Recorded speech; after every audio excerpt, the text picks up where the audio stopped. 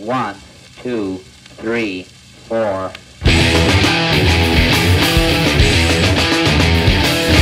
TV right here is myself, Jerek, Rockstar Macias. Today we're going to interview the myth, the man, the legend, DJ Cr8, one of the original DJs of Rockstar from the very beginning. I'm talking the first Rockstar ever in history. This guy was there.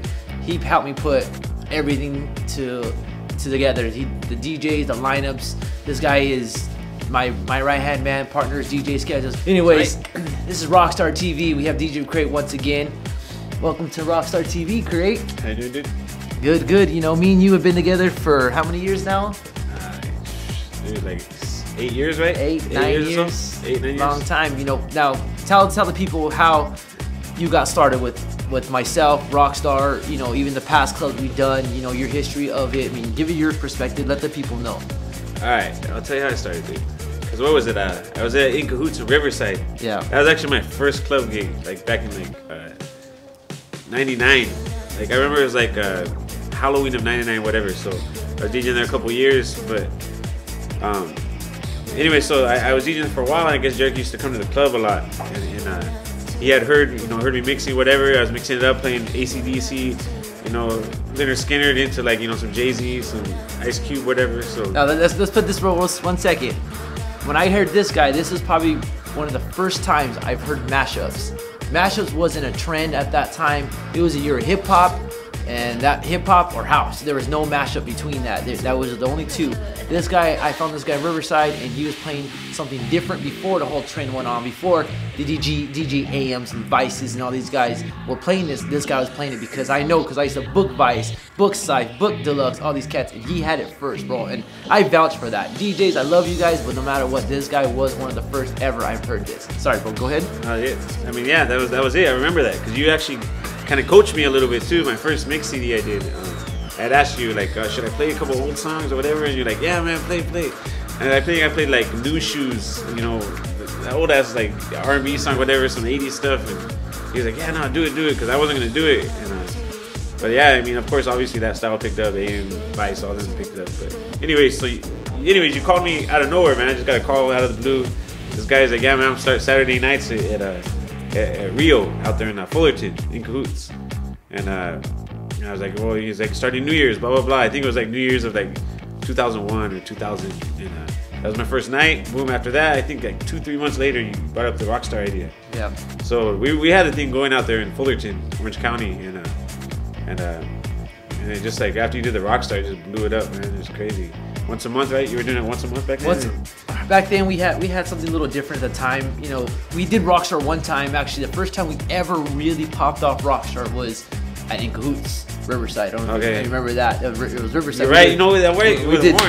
We did pre-Thanksgiving. You're right. We teamed up with the guys that I was working with, and they did Warren. Linwood was there. Linwood was one of the first Actually, Linwood was the first DJ. And Linwood's coming back to the house. January 9th with the Richard Vision himself. And we're bringing the whole family back together.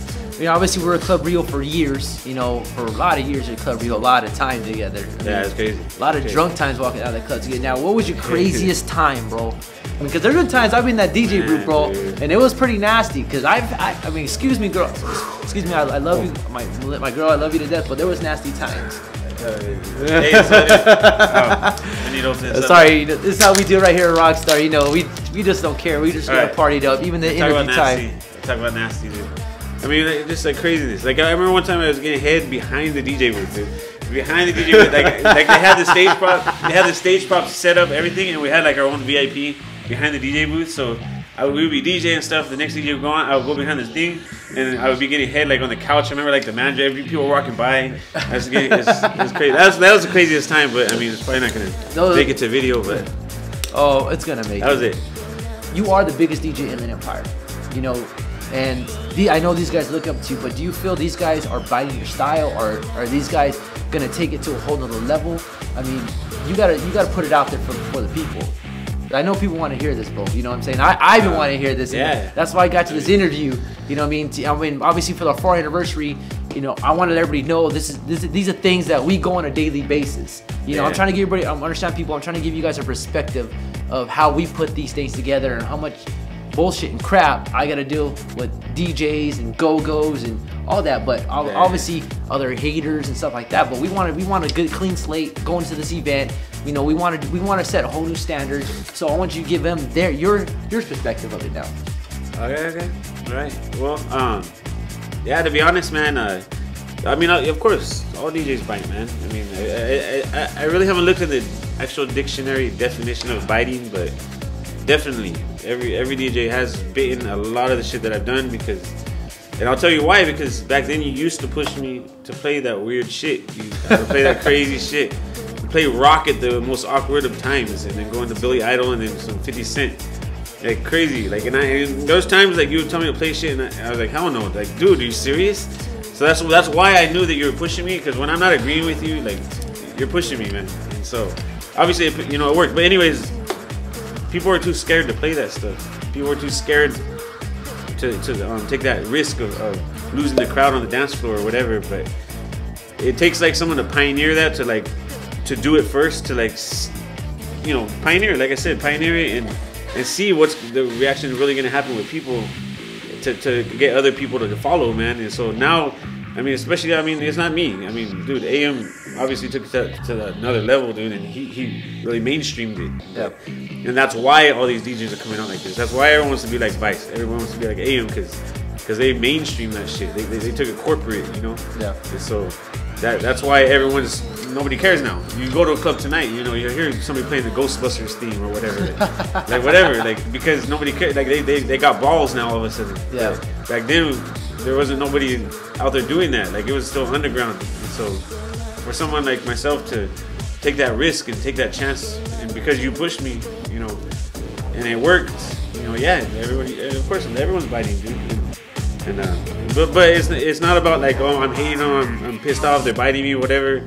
It's just all progression, man. Everyone's progressing to that next level, and it's just making things develop into you know, where DJing is supposed to be. You know what I mean? So, I know what you mean. I know so what you mean. we just played a part in, we played a role in the game, man, where it's going. And so it's not really about I'm mad at people hating or biting. I'm sorry, biting my style or whatever. But it's just part of progression, man. It's just part of, I think it's supposed to happen, man.